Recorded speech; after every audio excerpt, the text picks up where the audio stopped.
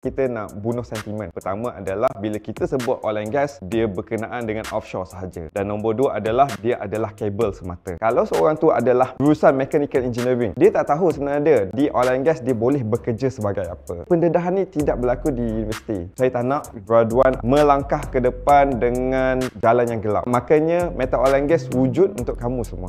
Assalamualaikum semua, nama saya TS Fazrul Azbin. Saya merupakan founder kepada Meta Oil and Gas yang kita tubuhkan sejak tahun 2023 lagi. Kita tubuhkan Meta Oil and Gas ni sebagai training provider pada students, fresh graduates ataupun young professional dan semua yang ingin ataupun berminat kerja di oil and gas. Banyak training yang kita sediakan selama 2-3 tahun ni. Kita ada banyak macam Power BI Advanced, Primavera, Project Management, kemudian kita ada Microsoft Project dan kita ada Fundamental of Oil and Gas, Fundamental Onshore Operations, Offshore Operations, HSE dan sebagainya. Kita juga telah banyak melahirkan graduan yang terbilang yang sudah bekerja di dunia oil and gas juga, dan saya ingin mengucapkan jutaan terima kasih atas sokongan yang diberikan daripada anda semua kepada kami. InsyaAllah kami akan teruskan usaha ni sampai bila-bila, insyaAllah. Meta Oil and Gas ni kalau kita nak faham, sebenarnya dia adalah passion saya sendiri, yang mana saya suka mengajar, saya suka mencurahkan ilmu kepada sesiapa yang berminat, dan saya wujudkan atas dasar semangat untuk kita nak membantu anak muda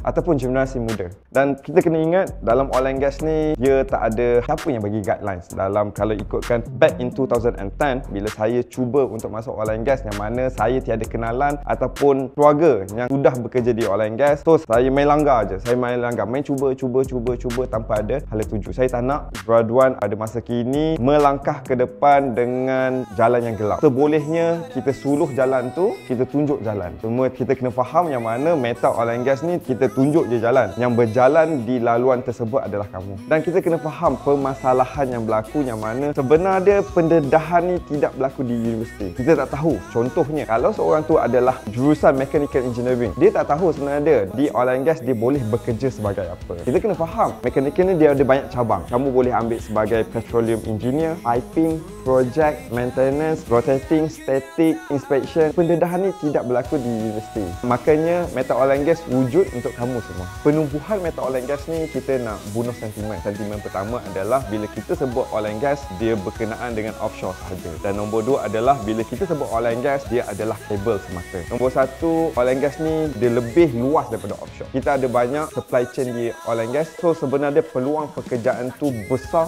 ataupun luas di oil and gas. Nombor dua adalah kabel, yang mana siapa yang ingin bekerja di oil and gas kena ada kabel tu, itu adalah silap. Tapi kabel itu berlandaskan kabel yang betul. Network, kat mana kita nak jumpa network kita, kat mana kita nak establish network kita, itu semua ada di LinkedIn. So saya selalu ajar tentang macam mana penggunaan LinkedIn, macam mana kita nak utilize LinkedIn tersebut untuk mendapatkan pekerjaan. So siapa yang berminat untuk tengok apa yang kami sediakan, courses-courses yang kami sediakan, boleh layari website kami oilandgasmeta.com untuk tengok courses tersebut.